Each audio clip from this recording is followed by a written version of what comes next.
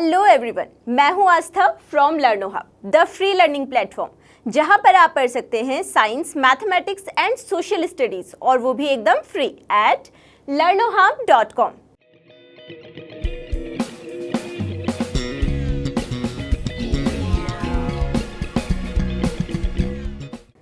आज हम लोग डिस्कस करेंगे अपने चैप्टर फन विद मैग्नेट्स के एनसीईआरटी सॉल्यूशंस, या फिर पूरी की पूरी एक्सरसाइज, या फिर क्वेश्चन नंबर 1 से लेकर क्वेश्चन नंबर 10 तक के सारे क्वेश्चंस आज हम लोग सॉल्व करने वाले हैं साथ में।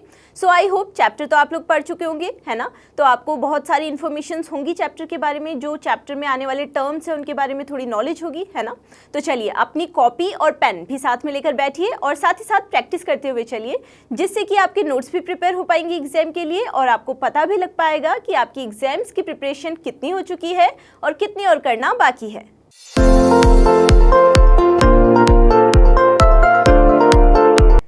आज के डिस्कशन का जो हमारा फर्स्ट क्वेश्चन है वो है fill in the blanks in the following. तो आपको बहुत सारे पार्ट्स दिए गए हैं, 5 पार्ट्स दिए गए हैं इस क्वेश्चन के, जिसमें आपको कुछ ब्लैंक स्पेसेस दिए गए हैं जिन्हें आपने भरना है सुटेबल वर्ड्स या फिर करेक्ट आंसर से। ठीक है, तो इसका पहला पार्ट है artificial magnets are made in different shapes such as dash dash and dash. तो आपको कुछ एग्जाम्पल्स देने हैं जो आर्टिफिशियल मैग्नेट्स होते हैं, उनको अलग अलग शेप्स में बनाया जाता है ना? तो चैप्टर आपने अच्छे से पढ़ा है, इसमें सबसे इंपॉर्टेंट या फिर जो सबसे ज़्यादा बार आपने एग्जाम्पल पढ़ा है वो किसका पढ़ा है? बार मैग्नेट का। इसके अलावा आपने सिलिंड्रिकल शेप में भी देखा था, तो यहाँ पर आप क्या लिख सकते हैं? सिलिंड्रिकल मैग्नेट भी लिख सकते हैं। ठीक है, साथ ही साथ इसके अलावा आपने हॉर्स शू मैग्नेट या फिर रिंग मैग्नेट, इनके बारे में भी पढ़ा है। तो यहाँ पर हम लोग लिख लेते हैं रिंग मैग्नेट। तो ये तीनों के तीनों ही जो ब्लैंक स्पेसेस थे फर्स्ट वाले पार्ट के लिए वो हमने फिल कर दिए। सेकंड देखिए, the materials which are attracted towards a magnet are called. तो चैप्टर में आप 2 टाइप के मटेरियल्स के बारे में पढ़ते हुए आए हैं, एक तो मैग्नेटिक मटेरियल और दूसरे नॉन मैग्नेटिक मटेरियल्स। तो ऐसे मटेरियल जो मैग्नेट की तरफ अट्रैक्ट होते हैं उन्हें क्या बोला जाता है? उन्हें बोला जाता है मैग्नेटिक मटीरियल। ठीक है, तो यहाँ पर आप लोग क्या फिल कर सकते हैं? Magnetic material. नेक्स्ट देखिए, paper is not a dash material. तो पेपर कौन सा मटेरियल नहीं है? क्योंकि चैप्टर में तो हम magnetic and non magnetic 2 he type के मटेरियल्स के बारे में बात कर रहे हैं ना? तो यहाँ पर अगर हम फिल करेंगे तो हमें क्योंकि पता है कि पेपर क्या है, एक नॉन मैग्नेटिक मटेरियल है, तो यहाँ पे ऑलरेडी दिया गया है पेपर इज नॉट अ, हम यहाँ पर फिल कर देंगे मैग्नेटिक मटेरियल। पेपर एक मैग्नेटिक मटेरियल नहीं है। ठीक है, फोर्थ पार्ट देखिए, in olden days sailors used to find direction by suspending a piece of. तो पुराने टाइम में जो सेलर्स होते थे वो डायरेक्शंस को फाइंड करने के लिए कौन सी मैग्नेट की हेल्प लेते थे? तो चैप्टर में ये बहुत अच्छे से पढ़ा है आपने, किसकी हेल्प लेते थे? तो ये लेते थे बार मैग्नेट की हेल्प। ठीक है, लास्ट पार्ट देखिए, a magnet always has dash poles. तो एक मैग्नेट के पास में कितने पोल्स होते हैं? तो ये तो आपको बहुत अच्छे से पता होगा, चैप्टर में बहुत अच्छे से आपने ध्यान से पढ़ा होगा कि एक मैग्नेट के 2 पोल्स होते हैं। कौन कौन से pole? North pole and south pole. ठीक है, तो पहला जो क्वेश्चन है इसके सारे के सारे पार्ट्स अच्छे से सॉल्व किए हम लोगों ने। अब चलते हैं अपने सेकेंड क्वेश्चन की तरफ। इस क्वेश्चन में हमसे बोला जा रहा है state whether the following statements are true और फॉल्स। तो आपको कुछ स्टेटमेंट्स दिए गए हैं, आपको बताना है कि क्या वो सही है या फिर गलत है। ठीक है, तो एक एक करके इसके सारे ही पार्ट्स को हम करते हैं सॉल्व। पहला पार्ट है, अ सिलिंड्रिकल मैग्नेट हैज ओनली 1 पोल। तो अब कोई सा भी मैग्नेट हो, चाहे सिलिंड्रिकल हो या फिर बार मैग्नेट हो या कोई भी मैग्नेट हो, तो हमको ये बात मालूम है कि मैग्नेट के 2 पोल्स होते हैं, एक नॉर्थ पोल और एक साउथ पोल। लेकिन यहाँ पर क्या बोला गया है कि सिलिंड्रिकल मैग्नेट के पास में केवल और केवल एक पोल होता है। तो क्या ये स्टेटमेंट ट्रू है या फिर फॉल्स है? तो ये वाला स्टेटमेंट हमारा हो गया फॉल्स। ठीक है, सेकंड पार्ट देखिए, artificial magnets were discovered in Greece. तो अब ग्रीस तो हमें याद है ना? लेकिन यहाँ पर आगे से क्या लिखा हुआ है? Artificial magnets. तो ग्रीस से हमने क्या आर्टिफिशियल मैग्नेट्स फाउंड किए थे या फिर नेचुरल मैग्नेट्स? तो यहाँ पर नेचुरल मैग्नेट्स अगर होता तो ये जो स्टेटमेंट है वो क्या हो जाता? ट्रू हो जाता। लेकिन यहाँ पर क्योंकि artificial magnets were discovered in Greece लिखा है, इसलिए ये वाला स्टेटमेंट भी क्या हो गया है? फॉल्स हो गया है। नेक्स्ट थर्ड पार्ट देखिए, similar poles of a magnet repel each other. तो ये हमको पता है कि सिमिलर पोल्स यानी कि अगर नॉर्थ नॉर्थ पोल हो या फिर साउथ साउथ पोल हो तो वो एक दूसरे को क्या करेंगे, रेपेल करेंगे। अगर एक तरफ नॉर्थ पोल है दूसरी तरफ साउथ पोल है तो क्या करेंगे, अट्रैक्ट करेंगे। तो ऑपोजिट पोल्स क्या करते हैं, एक दूसरे को अट्रैक्ट करते हैं, और जो सिमिलर पोल्स होते हैं या फिर जो लाइक पोल्स होते हैं, मतलब एक जैसे पोल्स होते हैं, वो एक दूसरे को क्या करेंगे, रेपेल करेंगे, एक दूसरे से दूर दूर जाएंगे। ठीक है, तो ये वाला जो हमारा स्टेटमेंट है वो क्या हो जाएगा, वो हो जाएगा ट्रू। नेक्स्ट देखिए fourth, maximum iron filings stick in the middle of a bar magnet when it is brought near them. तो आपसे ये बोला जा रहा है कि बार मैग्नेट के अगर नज़दीक में या फिर बार मैग्नेट को अगर आयरन फिलिंग्स जो बहुत सारी हैं उनके नज़दीक में ले जाया जाता है तो मैक्सिमम उसके बीच में जाके चिपक जाएंगी अट्रैक्ट होते हुए, ना कि साइड में। तो ये सही है या फिर गलत है? तो ये जो स्टेटमेंट है वो भी हमारा क्या हो जाएगा, फॉल्स हो जाएगा। और फॉल्स क्यों हुआ, क्योंकि हमें पता है कि जहाँ पर पोल्स होते हैं किसी भी मैग्नेट के, वहाँ पर जो ये आयरन फिलिंग्स हैं वो क्या होंगी, ज़्यादा अट्रैक्ट होंगी, ना कि मिडिल में। ठीक है, फिफ्थ देखिए part, bar magnets always point towards north south direction when suspended freely in air. तो ये तो हमको पता ही है, बार मैग्नेट को अगर एयर में फ्रीली सस्पेंड किया जाए या फिर लटकाया जाए तो वो हमेशा नॉर्थ साउथ डायरेक्शन में ही क्या हो जाता है, पॉइंटेड हो जाता है। ठीक है, तो ये वाला जो हमारा पार्ट है, पार्ट फिफ्थ, ये क्या हो जाएगा, ये हो जाएगा ट्रू यानी कि सही। नेक्स्ट पार्ट देखिए, a compass can be used to find east west direction at any place. तो ये तो आपको पता है कि जो कंपास होता है उसके थ्रू नॉर्थ साउथ डायरेक्शन का पता चल जाता है। अब आपको जब पता है कि नॉर्थ और साउथ डायरेक्शन इस तरीके से है तो आप बता सकते हैं ईस्ट एंड वेस्ट डायरेक्शन का भी आप पता लगा सकते हैं, है ना। तो इसके आंसर में आप क्या बोलेंगे, इसके आंसर में भी आप बोल देंगे ट्रू। ये वाला स्टेटमेंट भी क्या है, सही है। लास्ट पार्ट देखिए, rubber is a magnetic material. तो रबर क्या एक मैग्नेटिक मटेरियल है? तो सोचिए, रबर तो एक इंसुलेटर होता है, वो ना ही मैग्नेट को अपनी तरफ अट्रैक्ट कर सकता है ना ही उसको रिपेल कर सकता है। तो क्या वो मैग्नेटिक मटेरियल कहलाएगा? नहीं कहलाएगा। तो ये वाला स्टेटमेंट हमारा क्या हो गया है, फॉल्स हो गया है। ठीक है, तो सारे के सारे ही जितने भी यहाँ पर हमें पार्ट्स दिए गए थे ट्रू फॉल्स वाले क्वेश्चन नंबर 2 में, ये आपको अच्छे समझ में आए। तो चलिए अब चलते हैं अपने नेक्स्ट क्वेश्चन की तरफ। सो क्वेश्चन नंबर 3 में हमसे बोला गया है, it was observe that a pencil sharpener gets attracted by both the poles of a magnet although its body is made up of plastic. Name a material that might have been used to make some part of it. तो इस question में आपसे ये बोला जा रहा है कि जो पेंसिल शार्पनर होता है, यानी कि ये इस तरीके से, ठीक है, तो ये जो मैग्नेट अगर इसके करीब लाया जाए तो ये उसके दोनों ही पोल से अट्रैक्ट हो जाता है, जबकि ये बना किससे होता है, प्लास्टिक का बना होता है। तो ये कैसे अट्रैक्ट हो सकता है मैग्नेट से, ये आपसे क्वेश्चन पूछा जा रहा है अगर ये प्लास्टिक से बना है तो देखिए इसके आंसर में आप क्या लिख सकते हैं, आप बोलेंगे the blade of sharpener is made up of iron. तो जो ये इसके ब्लेड्स होते हैं, जो उसके मिडिल का पार्ट होता है ना जहाँ पे ब्लेड होते हैं, वो किससे बने होते हैं, बने हो सकते हैं आयरन से बने हो सकते हैं। ठीक है, तो इसीलिए iron is a magnetic material. अब आयरन क्या होता है, एक मैग्नेटिक मटेरियल होता है, मैग्नेट की तरफ अट्रैक्ट होता है या फिर मैग्नेट को अपनी तरफ अट्रैक्ट करता है। ठीक है, because of iron pencil sharpener gets attracted by the poles of a magnet although the body is made up of plastic. तो इसी आयरन की वजह से क्या होता है कि मैग्नेट के साथ में उसका क्या होता है, अट्रैक्शन होता है, बजाय इसके कि जो ये पेंसिल शार्पनर है इसकी बाकी की बॉडी किससे बनी हो, प्लास्टिक से बनी हो। ठीक है, तो आप लिख सकते हैं कि यहाँ पर जो यूज होने वाला मटेरियल होता है वो आयरन का होता है, इसीलिए क्या हो सकता है कि जो मैग्नेट अगर इसके नज़दीक में लाया जाए तो उसकी तरफ अट्रैक्ट हो सकता है। ठीक है, तो चलिए अब चलते हैं अपने क्वेश्चन नंबर 4 की तरफ। सो इस क्वेश्चन में हमसे बोला जा रहा है, column 1 shows different positions in which one pole of a magnet is placed near that of the other. कि एक मैग्नेट है दूसरा मैग्नेट है, अब दोनों के ही अलग अलग टाइप से उनके पोल्स को एक दूसरे के पास में रखते हुए देखा जा रहा है। Column 2 indicates the resulting action between them for each situation. और कॉलम 2 में जो आपको दिया जा रहा है कि उनके बीच में अट्रैक्शन होगा या फिर रिपल्शन होगा, तो इस तरीके से यहाँ पर गिवन है। Fill in the blanks. तो आपको यहाँ पर जहाँ पर भी जगह खाली दिख रही है वहाँ पर आपको उन ब्लैंक स्पेसेस में कुछ चीज़ें भरनी है कॉलम 1 और कॉलम 2 के अकॉर्डिंग। ठीक है, तो अगर हम कॉलम 1 में देखें, इसका पहला पार्ट नॉर्थ पोल, अब दोनों ही सिमिलर पोल्स हैं, यानी कि नॉर्थ पोल एक जैसे पोल्स हैं। अब ये एक दूसरे को अट्रैक्ट करेंगे या फिर रेपेल करेंगे, तो हमें पता है कि सिमिलर पोल्स क्या करते हैं, एक दूसरे को रेपेल करते हैं। इसका ये मतलब है यहाँ पर हम लोग क्या लिखना चाहिए, हमें कॉलम 2 में यहाँ पर लिखना चाहिए रिपल्शन, ठीक है।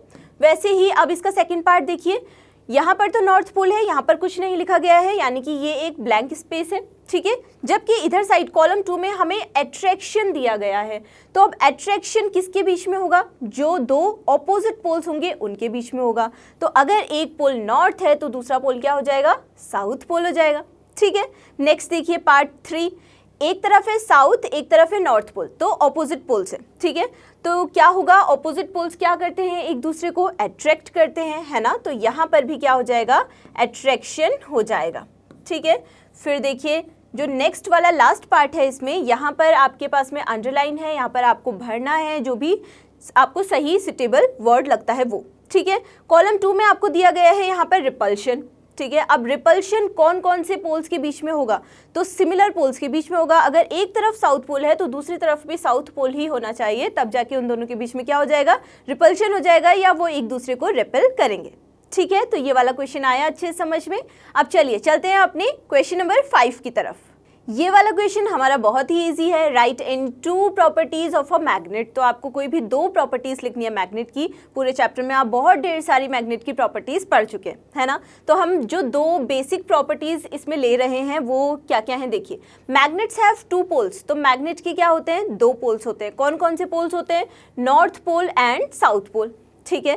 सेकेंड प्रॉपर्टी देखिए हम क्या ले रहे हैं, a freely suspended magnet always aligns in north south direction. तो ये हम लोग काफ़ी बार डिस्कस कर चुके हैं कि जब भी किसी मैग्नेट को फ्रीली एयर में क्या किया जाता है, सस्पेंड किया जाता है या फिर लटकाया जाता है, तो वो हमेशा नॉर्थ साउथ डायरेक्शन में ही क्या होता है, अलाइन होता है या फिर पॉइंटेड हो जाता है, ठीक है। तो 2 बेसिक प्रॉपर्टीज हमसे पूछी गई थी, दोनों की दोनों हमने लिख ली। आप इसके अलावा और कई सारी प्रॉपर्टीज भी लिख सकते हैं जो आपको पता हो, ठीक है। अब चलिए चलते हैं अपने नेक्स्ट क्वेश्चन की तरफ। सो क्वेश्चन नंबर 6 में हमसे पूछा गया है, where are poles of a bar magnet located. Bar magnet के जो पोल्स होते हैं वो कहाँ पर लोकेटेड होते हैं। तो आप देखिए, आप इसको खुद से भी बता सकते हैं। देखिए मान लिया ये रहा कोई बार मैग्नेट, अब मैं आपसे पूछूं कि इसके जो पोल्स होंगे वो कहाँ पर होंगे, तो वो आप बताओगे यहीं पर, है ना।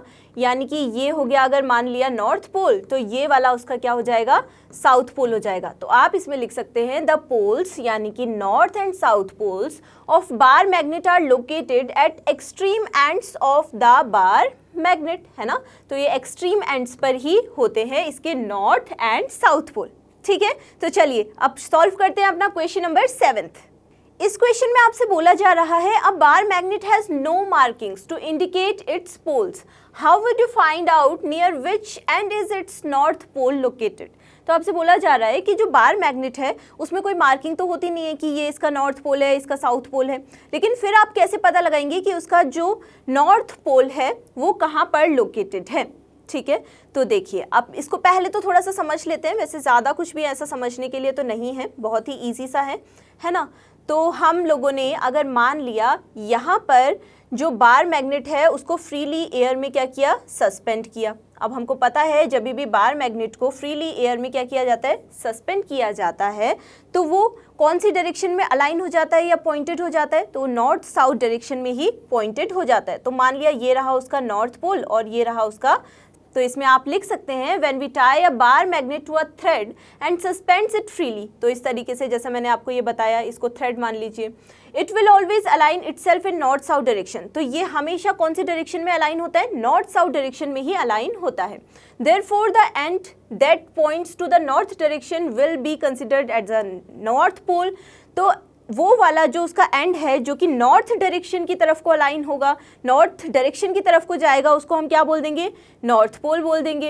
And the end which points to the south direction will be its south pole, और जो साउथ की तरफ, साउथ वाली डायरेक्शन की तरफ होगा जो उसका एंड, उसको हम क्या बोल देंगे, साउथ पोल बोल देंगे। और इसी के थ्रू हम ईस्ट वेस्ट डायरेक्शन का भी पता लगा सकते हैं, ठीक है। तो चलिए अब चलते हैं अपने क्वेश्चन नंबर 8 की तरफ।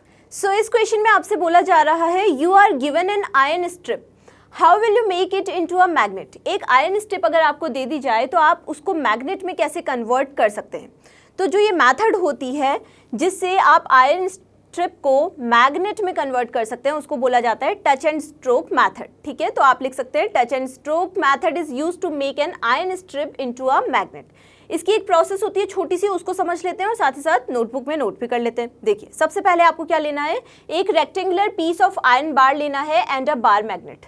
तो ये तो आपको दी ही गई है, एक आयरन स्ट्रिप दी गई है और एक बार मैग्नेट आपके पास में होगा। ठीक है, तो आप क्या करेंगे, सबसे पहले keep that bar magnet in contact with one of its pole with an edge of the bar of iron. तो आपने क्या किया, जो ये बार मैग्नेट है उसको आप क्या करेंगे, उसके किसी भी एक पोल को यहाँ पर से, इस वाली जो आपको स्ट्रिप दी गई है उसकी एज से यहाँ पर कांटेक्ट में लाने की कोशिश करेंगे एक एंड से। ठीक है, फिर देखिए फिर क्या बोला गया है, without lifting the bar magnet move it along the length of the iron bar till we reach the end and then lift the magnet and bring the pole to the same point of the iron bar from which we begin. तो क्या करा हमने, हम यहाँ से इस तरीके से इसको कांटेक्ट में लाए और इसको ड्रैग करते हुए यहाँ तक ले गए। फिर हम क्या करेंगे, तब तक इसको उठाना नहीं है हमने। फिर उसके बाद जब ये एक पॉइंट पे आ जाएगा फिर यहाँ से उठाएंगे, फिर सेम पॉइंट पे ले आएंगे जहाँ से हमने शुरू किया था। ठीक है, फिर देखिए उसके बाद क्या होगा, और इसी प्रोसेस को हमने 30-40 टाइम्स रिपीट करना है। और कुछ हम आयरन क्लिप्स या फिर आयरन पिन्स लेकर आएंगे और जो ये आयरन स्ट्रिप थी ऐसी प्रोसेस होने के बाद इसके पास में रखेंगे उन आयरन पिन्स को। अगर वो इसमें अट्रैक्ट होने लगी, इसका क्या मतलब है कि ये जो आयरन स्ट्रिप हमको गिवन थी ये किस में चेंज हो गई है या फिर कन्वर्ट हो गई है, तो ये बदल गई है मैग्नेट में या फिर ये मैग्नेट बन गई है। तो सिंपल सी प्रोसेस थी, इसको आप नोट कर सकते हैं नोटबुक में और अच्छे से इस मेथड को ध्यान में रख सकते हैं। ये कौन सी मेथड होती है, टच एंड स्ट्रोक मेथड होती है। ठीक है, तो चलिए अब सॉल्व करते हैं अपना next question. So question number 9 में हमसे बोला जा रहा है, how is a compass use to find directions. Compass का यूज किस तरीके से किया जा सकता है जो डायरेक्शंस है उनको फाइंड आउट करने में। ठीक है, तो कंपास कुछ इस तरीके का होता है, एक स्मॉल सा बॉक्स होता है जिसके अंदर क्या होती है, निडल होती है, जो कि अगर रेस्ट की पोजीशन पर आ जाए तो नॉर्थ साउथ डायरेक्शन में अलाइन हो जाती है, उसकी तरफ को हो जाती है। ठीक है, तो अब देखिए इस क्वेश्चन के आंसर में आप क्या लिख सकते हैं, a magnetised needle is pivoted inside the small box which can rotate freely. Second point, the compass is kept at the place where we wish to know the directions. तो हम compass को कहाँ रखेंगे, जहाँ पर हमको डायरेक्शन का पता लगाना है उस जगह पर। And its needle indicates the north south direction when it comes to rest. तो ये हमको पता ही है, हमने डिस्कस भी कर लिया कि जब भी ये रेस्ट की पोजीशन पे आएगा तो इसकी जो निडल है जो ये बनी हुई है ये नॉर्थ साउथ डायरेक्शन की तरफ को क्या हो जाएगी, अलाइन हो जाएगी। Red colour arrow usually points to north pole. अब जो इस निडल में जो ये आपको रेड कलर वाली एरो दिख रही है ये क्या बताएगी, ये बताती है नॉर्थ पोल को। ठीक है, अब नॉर्थ पोल को अगर ये वाली एरो बता देगी तो इसकी जो ऑपोजिट डायरेक्शन हो जाएगी वो कौन सी डायरेक्शन हो जाएगी, वो साउथ डायरेक्शन हो जाएगी। अब नॉर्थ और साउथ डायरेक्शन अगर हमको पता चल गया तो हम ईस्ट और वेस्ट डायरेक्शन का पता तो लगा ही सकते हैं, है ना। तो इस तरीके से हम तीनों की तीनों जो डायरेक्शंस हैं नॉर्थ के अलावा वो भी पता कर सकते हैं इस कंपास के थ्रू। ठीक है, तो चलिए अब सॉल्व करते हैं अपना क्वेश्चन नंबर 10th। सो आज के डिस्कशन का जो हमारा लास्ट क्वेश्चन है, देखिए उसमें क्या बोला जा रहा है, a magnet was brought from different directions towards a toy boat that has been floating in water in a tub. Match the statements given in column 1 with those in column 2।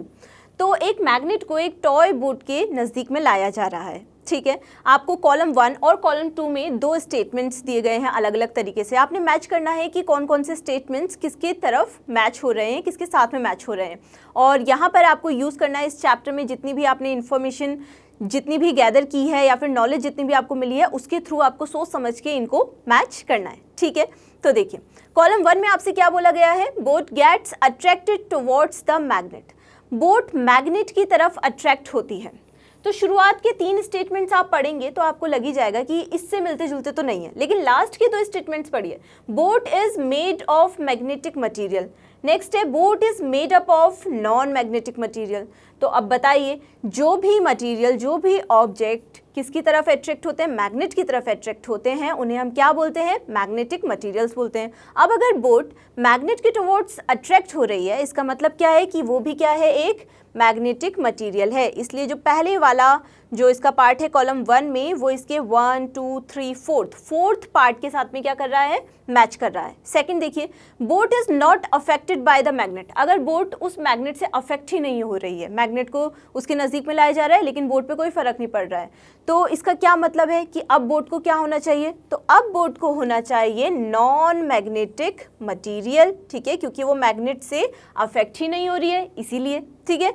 Next third देखिए, boat moves towards the magnet if north pole of the magnet is brought near its head. तो boat क्या कर रही है, magnet की तरफ attract हो रही है अगर उसका जो नॉर्थ पोल है किसका, मैग्नेट का, वो उसके पास में लाया जा रहा है। तो अगर एक तरफ से नॉर्थ पोल आ रहा है तो दूसरी तरफ से कौन सा पोल होना चाहिए, उसका ऑपोजिट पोल होना चाहिए, यानी कि साउथ पोल होना चाहिए। तो ऐसा कौन सा स्टेटमेंट है इसमें, तो इसमें देखिए फर्स्ट वाले स्टेटमेंट में तो नॉर्थ पोल दिया गया है, लेकिन सेकंड वाले में देखिए boat is fitted with a south pole towards its head, यानी कि बोट में जो साउथ पोल है किधर साइड को, उसके हेड की तरफ को, तभी तो वो नॉर्थ पोल की तरफ क्या हो रहा है, अट्रैक्ट हो रहा है, ठीक है। नेक्स्ट स्टेटमेंट देखिए कॉलम 1 में, boat moves away from the magnet when north pole is brought near its head. अब बोट क्या करती है, दूर भाग जाती है अगर मैग्नेट का जो नॉर्थ पोल है वो उसके हेड के पास में लाया जाए तो तब क्या होना चाहिए, अब दूर क्यों भाग रही है, रेपेल कौन करते हैं, जो सिमिलर एक जैसे क्या होते हैं, पोल्स होते हैं। अगर एक तरफ नॉर्थ पोल होगा तो दूसरी तरफ भी नॉर्थ पोल होना चाहिए उन दोनों के बीच में रिपल्शन के लिए।